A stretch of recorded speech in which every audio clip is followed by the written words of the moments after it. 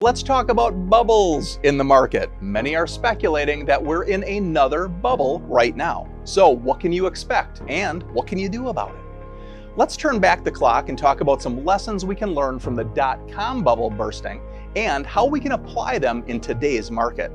So let's go back to the late 90s. We had scrunchies, we had tube tops, acid wash jeans, Friends debuted, Beanie Babies, and even the Macarena. You remember the Macarena?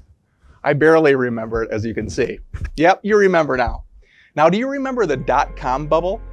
After years of investors pouring their money into internet startups, the markets came crashing down. Now, over 2 decades later, we're seeing another tech surge, and many are speculating that we're in a similar situation.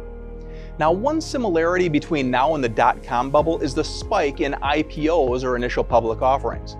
In the late 1990s, there were 457 IPOs, and over 25% doubled in their stock price. A NASDAQ sell-off in March of 2000 marked the end of the dot-com bubble. After the crash, the number of IPOs came down to just 76, and a lot of people lost a lot of money. The recession that followed was relatively shallow for the broader economy, but devastating for the tech industry. Many internet companies, as you remember, went completely out of business. So what can you do if we're heading towards something like that right now? First, do research if you're investing for yourself.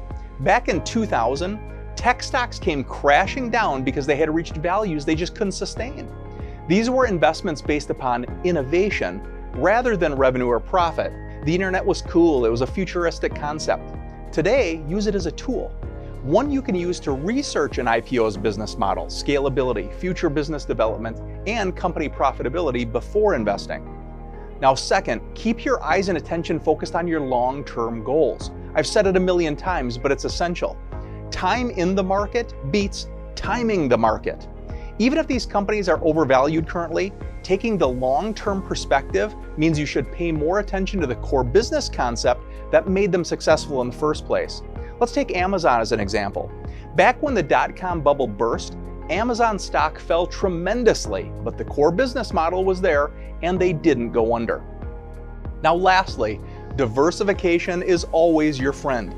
Don't put all your money into new IPOs. Spread your investments around so that your exposure to any one type of asset is very limited. This will help reduce the volatility of your portfolio over time.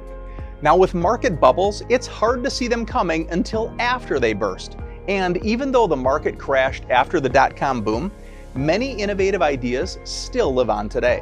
And high tech in today's digital age is not going to go anywhere anytime soon. Now, don't waste your time speculating and trying to predict what will happen next in the market. That is a loser's game. If you're worried about tech stocks reaching all-time highs, but still want to invest, check out our video on investing while the market is high that we did recently. I'll leave the link here down below. We're here to help you protect you and your money. So until next time, I'm Jeff Jr. Take care.